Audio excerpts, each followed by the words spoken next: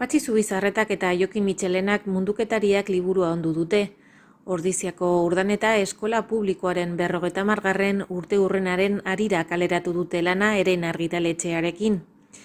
Istorioan hegazkin baten irudia gelako lurrean irudikatu dute egileek.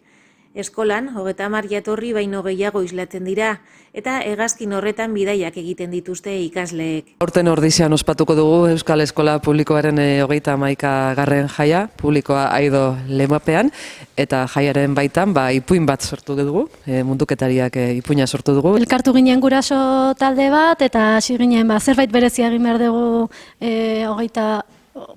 eskolako 50 urteurrena dela eta baita ere urten Ordizian ospatuko den eskola publiko jaia dela eta pentsatu genuen liburu bat izan zitekela ideia hon bat, eta orduan jarri ginen kontaktuan Patxirekin, Patxire Ordiziarra nola dan, gertutasuna geneukan berarekin, eta orduan erresa zen berarekin kontaktua.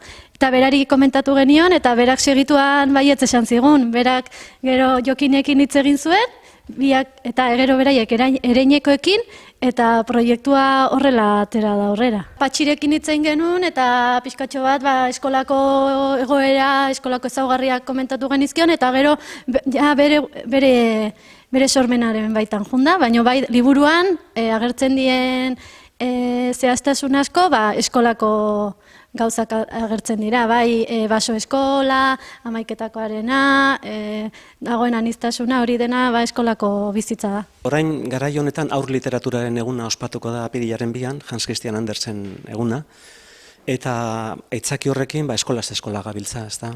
Eta batez ere lehen hezkuntzan eta aurren ongietorria izugarria da, ezta? Gero institutoan mesfidantzaz begiratzen digute, pixka badakite mezuak eta ez dakiz zer estrukturak eta landu behar dituztela.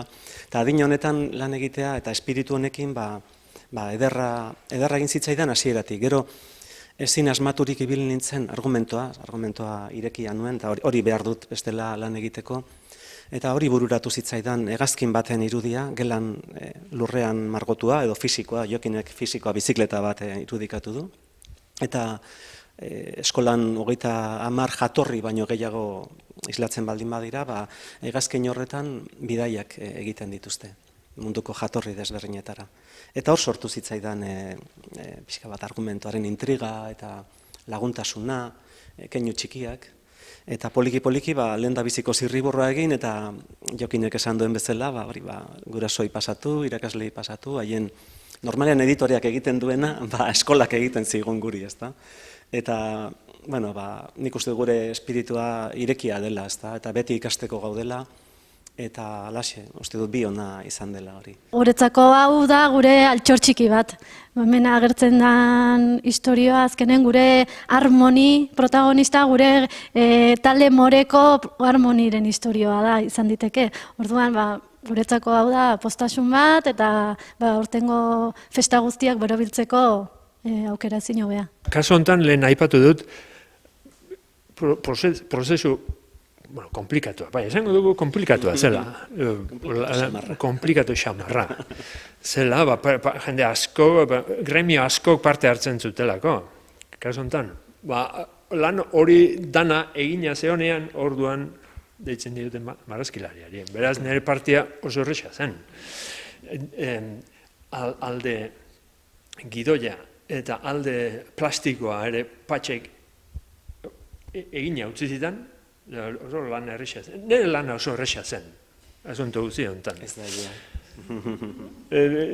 Gehien ez ere nik zaildu egin pixka naztu nire ezkelako gauzak, eta berriz ere adostu behar izan genituen detalle batzuk, baina segituan bukatzen genuen, egila. Lehen aipatu dut, hola gauza xelebre edo berezi bezala, klitxe batzukin jokatu behartzela, hor, marazkilariak jokatu behartzela, nahi eta nahi, edo ez nahi, aurre iritzi batzuek, badazkagu, nik behintzat bai, batzuk ez, asko, segura asko. eta horiek pixka lehundu behartzen, eta baina ez erabat, claro, ikusi behartzen, ume hauek Euskal nundik datozela, horien familiak eta arrasto batzuk dauzkatela, eta hori dena pixkat erakutsi behartzen, ez gehiegi, baina ez gutxiki, tamainan, hori zen gauza. Kaso honetan, marrazkilaren lan berezile, hori tamainan jartzea.